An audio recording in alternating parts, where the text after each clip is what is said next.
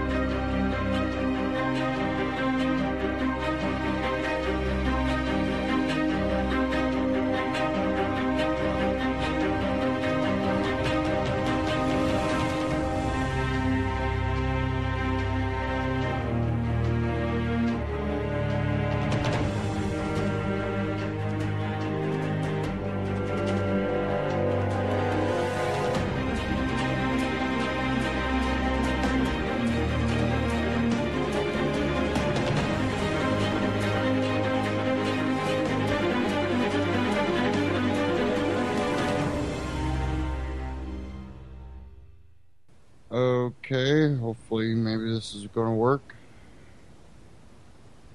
Maybe.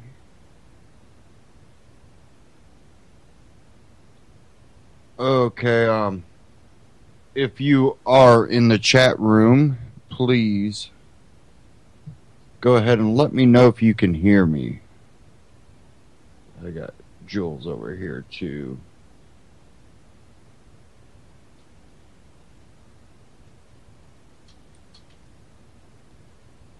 I'm having all kinds of issues. It looks like all of my audio options. Okay, says you can hear me now. Awesome. Yeah, it looks like all my sound adjustments got reset somehow. I don't know what is going on here. Okay. Now that we are actually live now, I kind of wanted to cover the whole election right now. We are at such a point in American history. I don't think that we're realizing it yet. Now, we have people out there, and I'm not too far off of it, that thinks that if Trump gets into office, that he will be more dictatorish. Well, we also know what Hillary, if you know enough about Hillary's past, you know her ideology. She is that Saul Alinsky. And actually, she believes herself to be beyond Saul Alinsky. She believes herself to be smart. She believed this when she wrote her thesis on Saul Alinsky. So when you look at that, you know her ideology. You know her beliefs. You know that she believes in a socialist end, and she believes in Saul Alinsky's radical way of going about doing it through the system, getting away with what you can. We know this. Now with Trump, we don't know anything other than who he is and how he conducts himself. And you know, I've also heard talk about, you know, he never wanted this job. He's surprised he is. I actually believe that, but there was a certain point that he got to that he knew, hey, it's a chance. Now, I believe that he believes, well, I'll just stick certain people in certain spots and I won't have to worry about anything. But then I think there's another part of him that's going, but I'm going to be responsible for all this. And you see the shakeup going on in his campaign right now. And I think it's reminiscent of history. You in a way are a progressive, and in another way you are a nationalist. So a nationalist progressive, well, that's kind of a fascist type regime. Now, does that mean that that's what we're getting? No one knows what we're getting with Trump.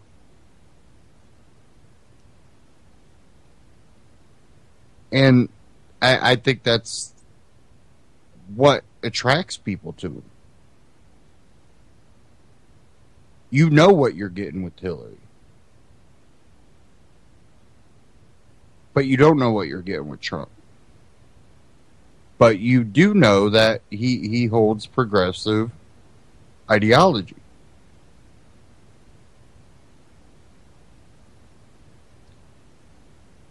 Now, is there a alternative? We do have the Libertarian Party.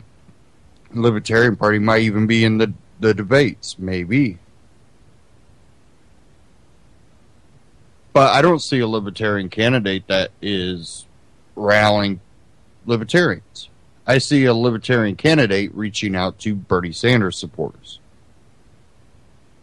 disenfranchising a big portion of conservative libertarians that already hold a libertarian. They personally hold a conservative value for their personal lives. They are politically libertarian.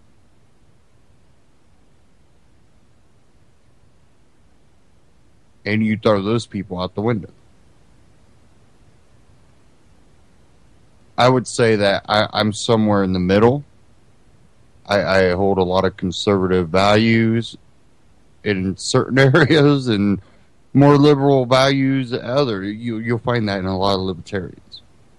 Like I said, there's a big swath of the libertarians that are conservative libertarians. And those vary on, how conservative, and again, why a conservative party does not really tell you anything about a political belief if you just go, well, they're conservative. Well, they might personally be conservative, but they might be libertarian. And we have a lot of those libertarians that came from the Republican Party back in 07, 06, 08, when Ron Paul was running. There is a big portion of the Libertarian Party that came from that. Not the, overall, but there's a big portion. Absolutely zero reaching out to that portion. Let alone maybe some of the maybe less libertarian, more Tea Party candidates.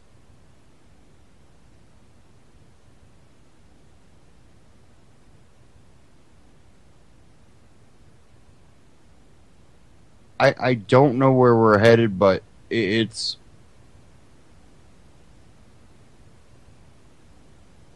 not the path that many libertarians think we should go. But you do have some that are supporting Trump. And that just gets me to even call yourself a libertarian. And support Trump is really hard for me to understand. Now, I'm not, condemning you for supporting Donald Trump. I don't know what your reasoning is. I don't know exactly why you believe this to be a good option. And I think a lot of it has to do with the fear of Hillary Clinton and the unknown of Donald Trump. But Trump had a foreign policy speech. And Ron Paul covered this, and try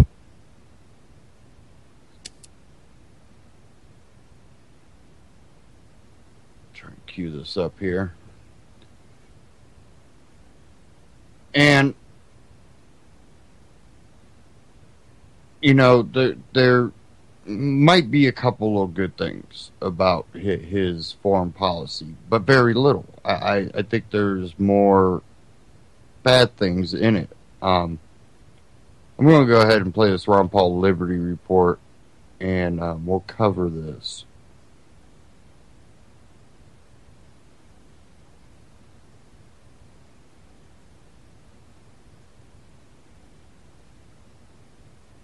Maybe.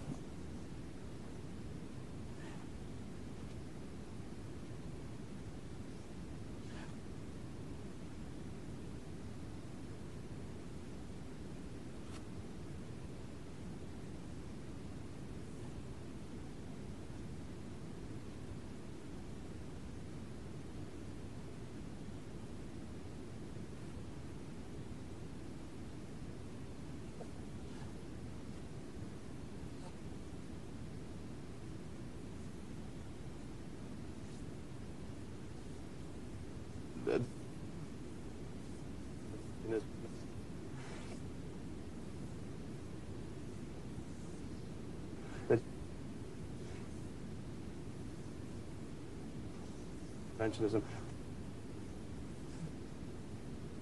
Can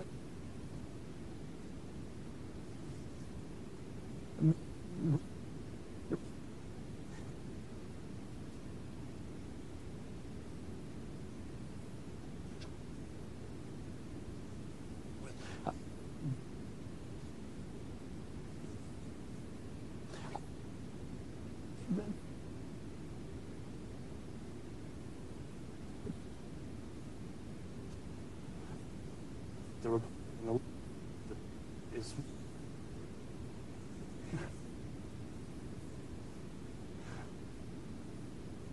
and it people's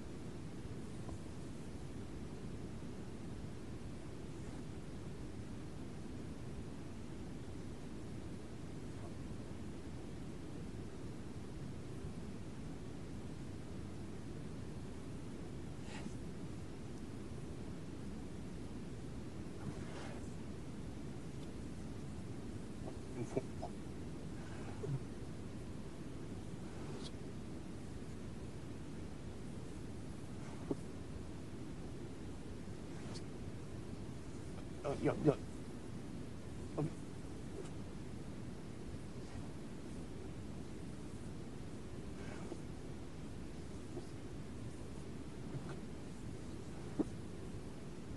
Now, the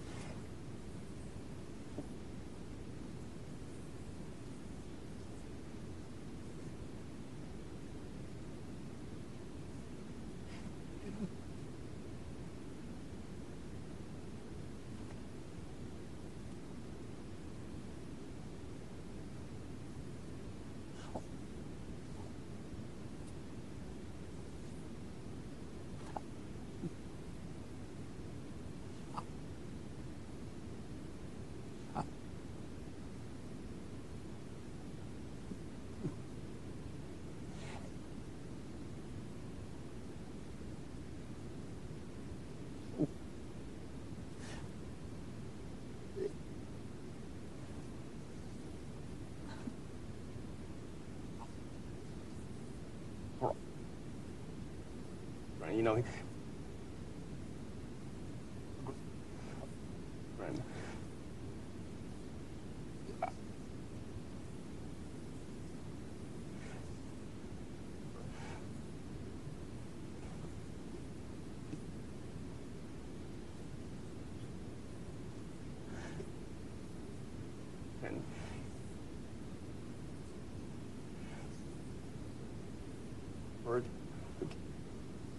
birds, yeah.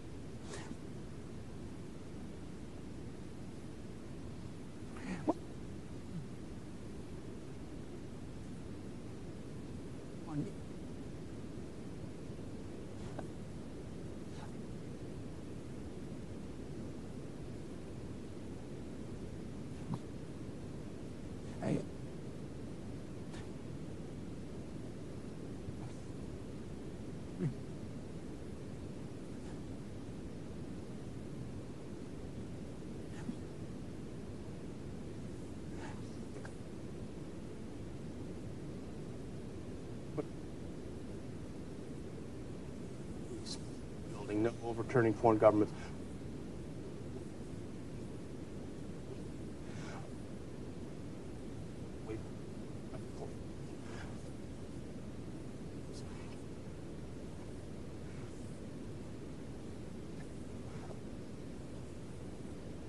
It's terrorist.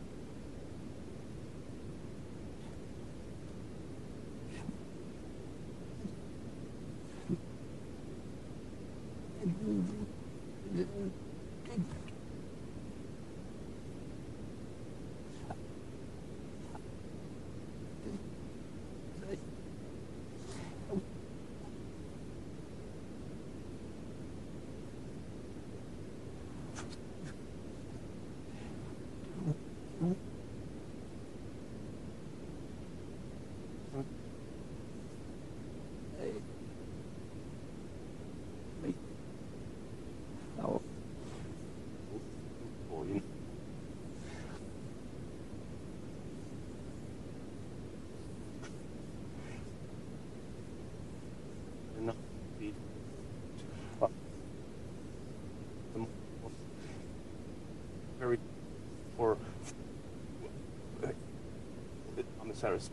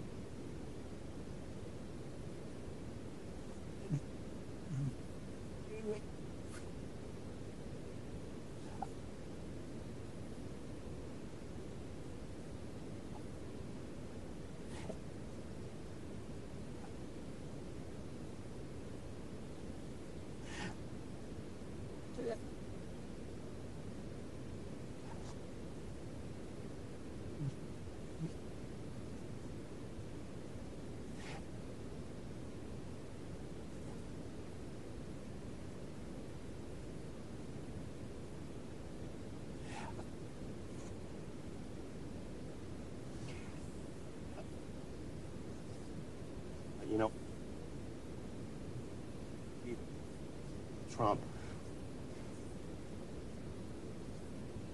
We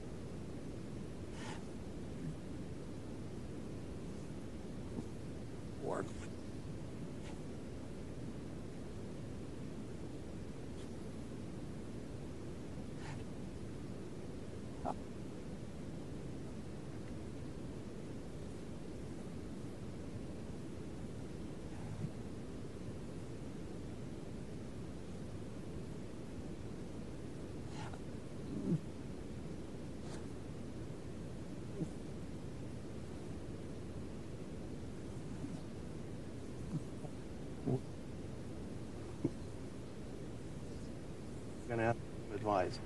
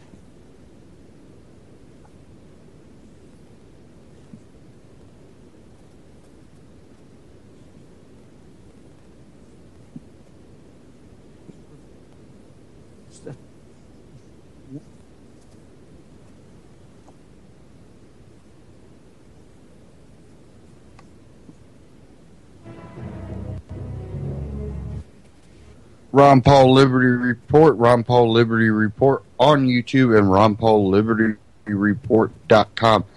And like you said, you know, Trump's been flip-flopping. You know, at one point he talks about non-intervention, and it seems like he believes in, you know, other countries' sovereignty.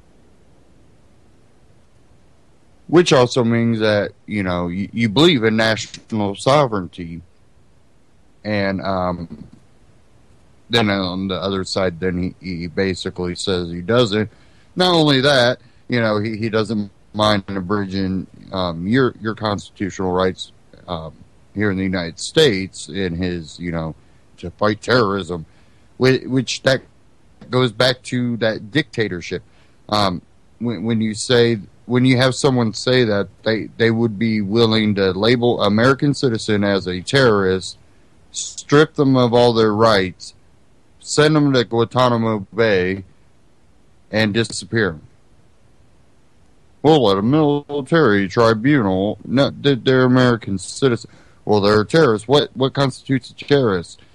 Under what dictatorship do you become a terrorist? Do you think that under a Trump dictatorship I would be able to freely speak out against him?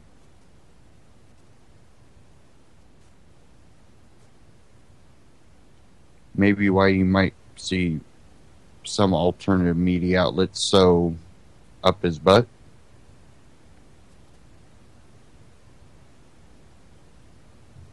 But it almost seems like Donald Trump and the GOP are both destroying his chance to become president now. He either doesn't want it, or he really is being, you know, led by these people he's surrounded himself by. But Josh, you know, these insiders for the Trump campaign keep, you know, telling us the truth because they tell us and it comes true. Can you say propaganda? Feed the information to the outlets that you want to support you. Nothing new, except that they're now doing it with the alternative media. Get them to like you, support you, get their supporters to support you. Who knows what's going on there. But I can't support any candidate. There is not one candidate out there that would even get me out of the chair. It wouldn't happen.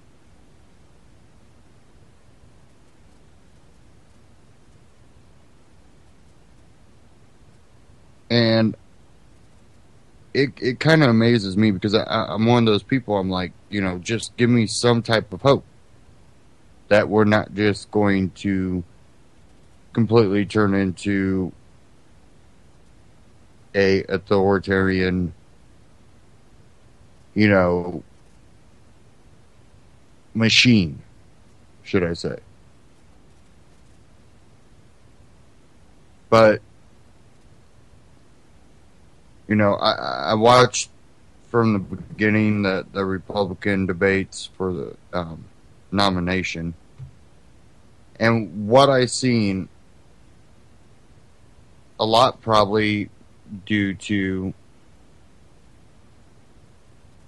things that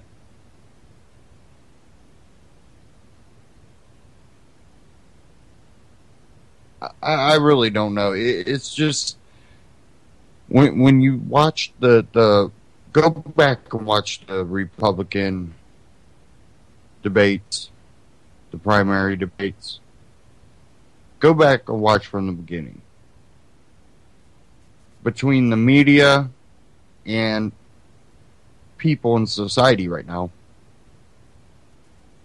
how much of legitimate, you know, issues. Anybody that brought up legitimate issues was quickly shut down by childish back and forth between other candidates. And I think Rand Paul knew this was happening, and he tried to, you know, use it. I really think he tried to use it at one point where, well, let me kind of come out here and, play this game for a split second, and then let's talk about some real issues. And again, it would quickly go back to all of a sudden, Trump will fire back at Rand and then fire a whole bunch of shots at Ted Cruz, Jeb Bush. And then you almost forget the legitimate issue that Rand Paul brought up, because, well, now you remember the response from Trump back to Rand Paul, which didn't cover any of the actual, legitimate issue concerns. And then now you're focused on the infighting with Ted Cruz and Jeb Bush and Trump, and it just seemed like any legitimate talk was quickly shut down. And that really just amazed me. And the more I look back at it, the more I see it. To a point that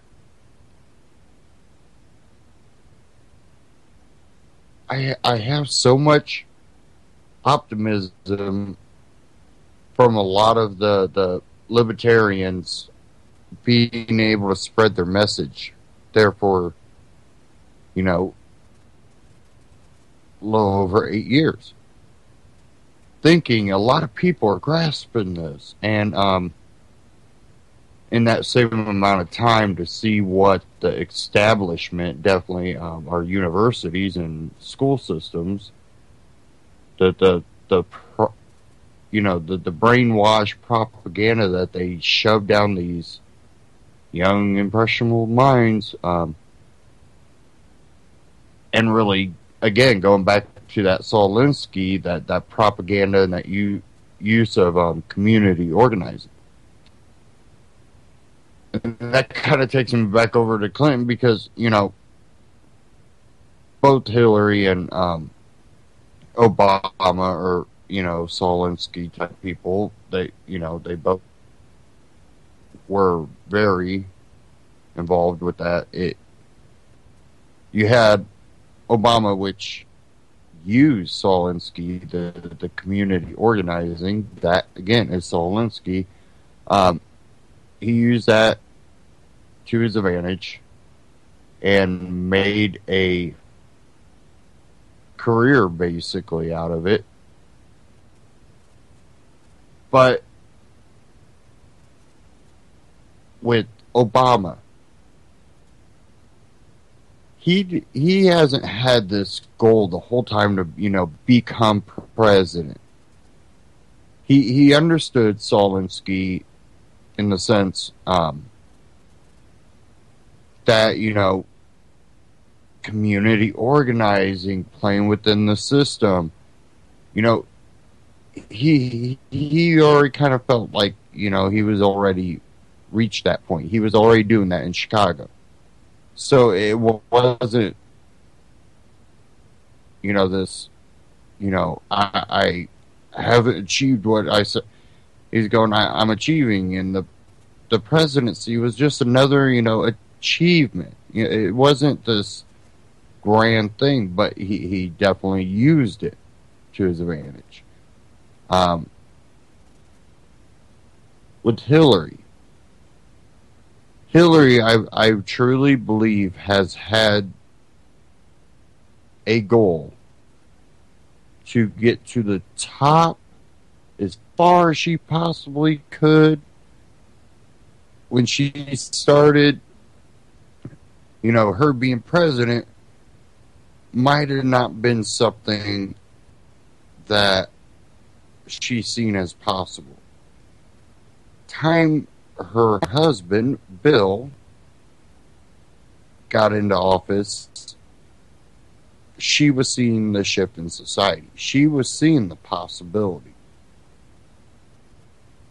And I believe she probably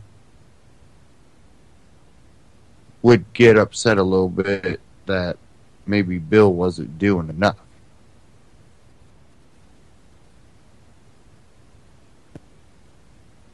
I think each time she got to a certain point, she's going, now what do I got to do to get further into this?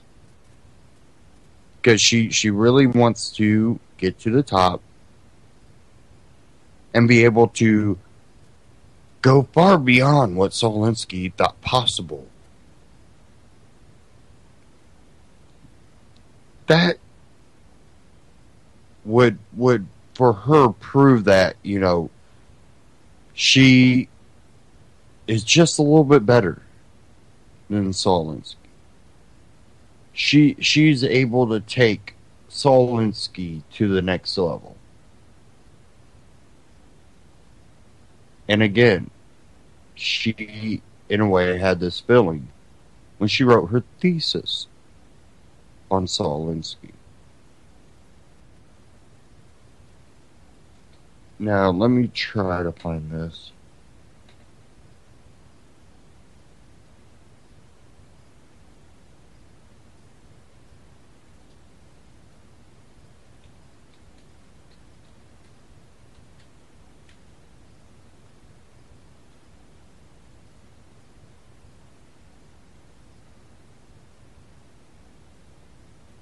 Um,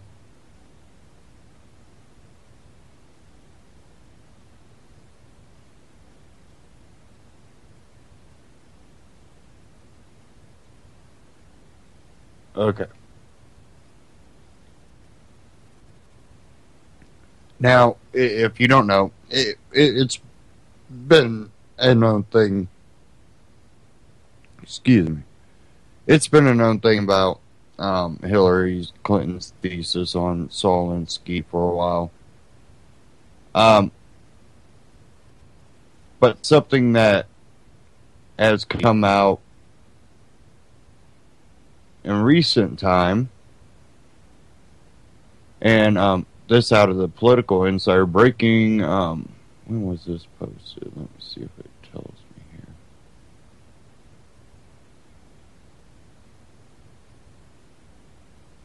Of course, it's probably not going to tell me.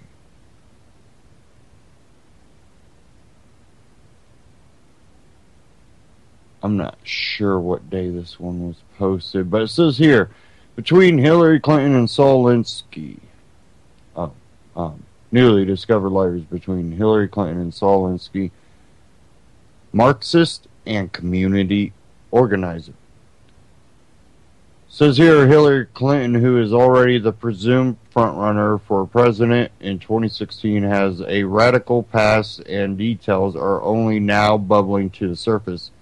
Today, the Washington Free Beacon put together an excellent report about new letters between Hillary Clinton and Solinsky, the famous community organizer who wrote Rules for Radicals. That book, which Alinsky dedicated to Lucifer, became the handbook for racial agitators and left-wing political problem causers. His efforts, which were just as evil as they were brilliant, were essentially the growth of the political left, including Marxism, as David Horowitz explains. Alinsky was the practical theorist for progressives who had supported the communist cause to regroup after the fall of the Berlin Wall and mount a new assault on the capitalist system. And it was Alinsky who wove the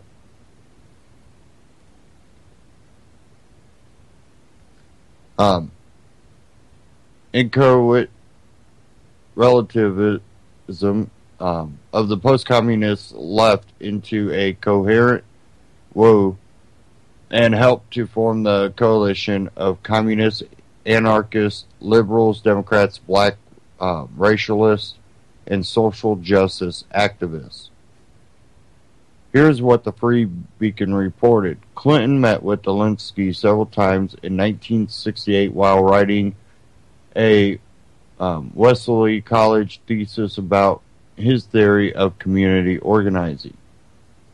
Clinton's relationship with Alinsky and her support for his philosophy continued for several years after she entered Yale Law School. In 1969, two letters obtained by the Washington Free Beacon show the letters obtained by the Free Beacon are part of the archives for the Industrial Areas Foundation, a training center for community organizers founded by Alinsky, which are housed at the University of Texas in Austin. The letters also suggest that Alinsky, who died in 1972, had a deeper influence on Clinton's earlier political views than previously known. A 23-year-old Hillary Clinton was living in Berkeley, California. In the summer of 1971, she was interning at the left-wing law firm Truhoff, Walker, and Bernstein. Known for its radical politics and a client roster that included Black Panthers and other militants, on July 8, 1971, Clinton reached out to Alinsky, then 62, in a letter sent via airmail paid for with stamps featuring Franklin Roosevelt and marked personal. Here's a copy of those letters.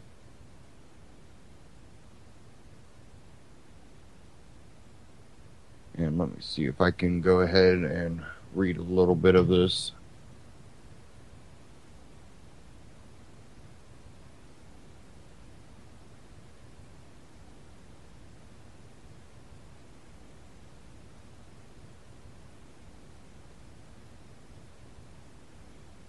I'm not probably going to be able to read it, because it doesn't want to open up here. But it says here, with Barack Obama in the White House, America has already seen how much damage a community organizer can use in the White House. Can we really afford 4 or 8 more years of terrible leadership? I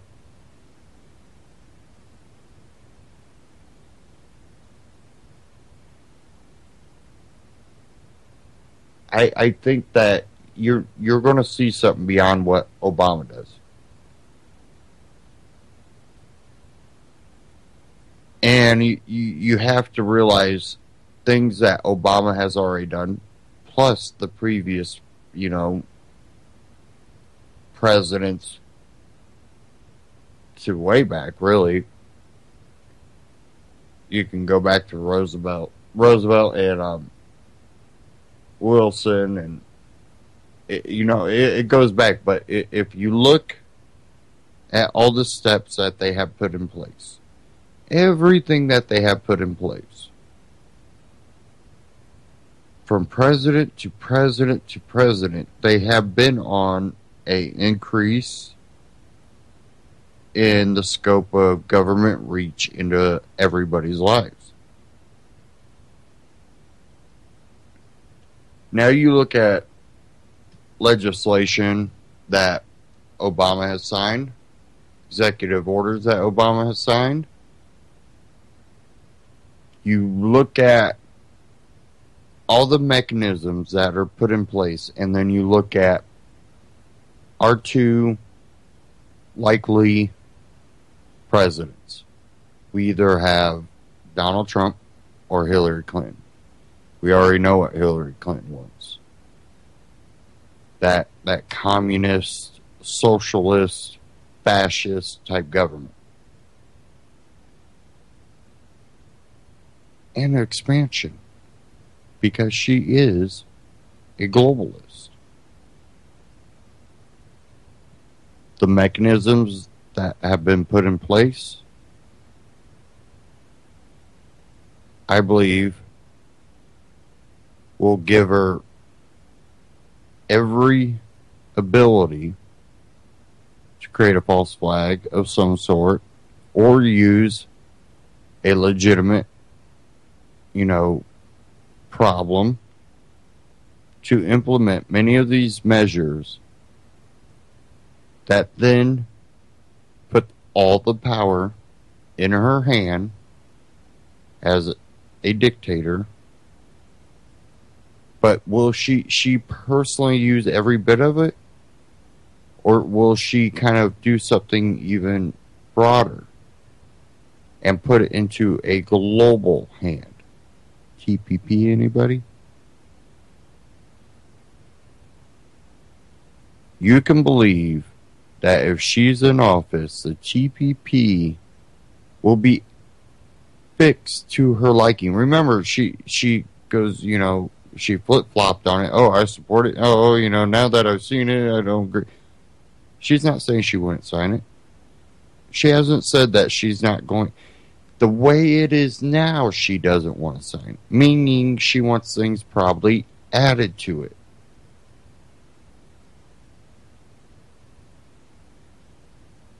Maybe she's just lying. She will hand our sovereignty completely over. Then you have Trump, which his ego, I think, is what plays into his nationalism. He doesn't want to give power away. He doesn't have that greater ambition like Hillary does with her beliefs in globalism and authoritarianism. He doesn't hold those globalist beliefs. But the mechanisms are in place for him to continue to feed his ego by gaining more power. I believe a lot of who he is based on his ego. A lot of his business tactics are successful because of his ego.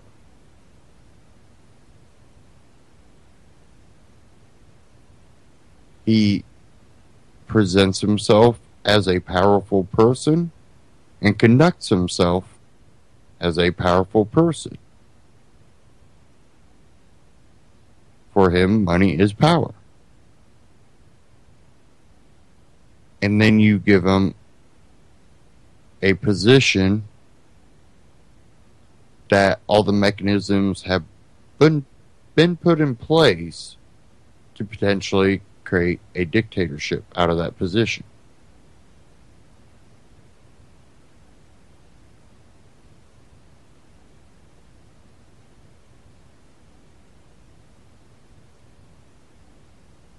People are like, well, if you can't vote for Trump, if you can't vote for Hillary, shouldn't you at least take a look at the Libertarian Party? And I have. I really have. If I thought that the Libertarian Party had a chance, and people are like, oh, here we go, don't have a chance, we'll never have a chance. No, believe me, if the candidate was someone I agreed with, I would vote. But because Gary Johnson has said and done a lot of things that I don't think come even close to libertarian belief, I don't support him.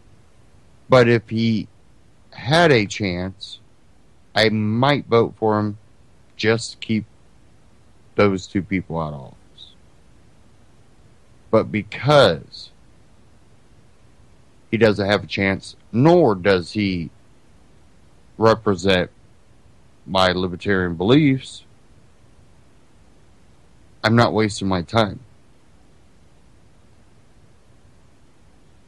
And I really don't think that there's quite a lesser evil coming into this election.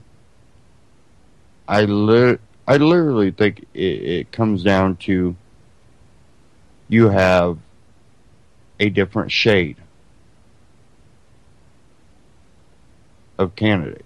They both are progressives in the sense that they will progress the idea of government control over the population.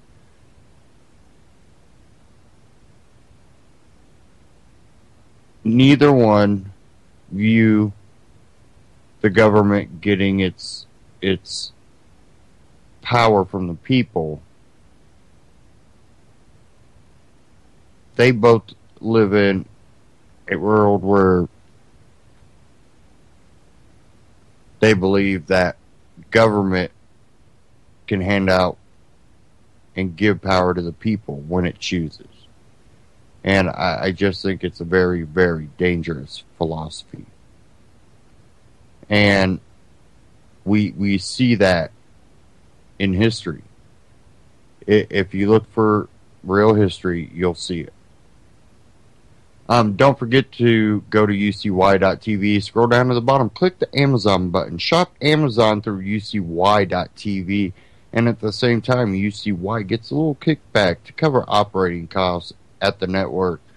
And, you know, it's something where I always tell people, always be prepared. And I don't know if you've seen some of the new news coverage of the one house that the prepper bought an aqua dam, and, you know, I'm not trying to sell aqua dams or nothing, but, you know, he prepared. People laughed at him, but he prepared, and it's saving his house.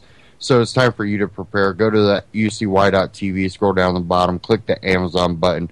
Takes you right to Amazon. Same great prices, same great shipping, and UCY gets a little kickback. And also go to antityrannynews.com/mypatriot. Check out My Patriot Supply. Great non-GMO seeds, great for preppers. Thanks again for tuning in tonight. Sorry for the technical difficulties we had at the beginning of the broadcast, but stay tuned here on ucy.tv. Thanks again, and hope you guys have a great night.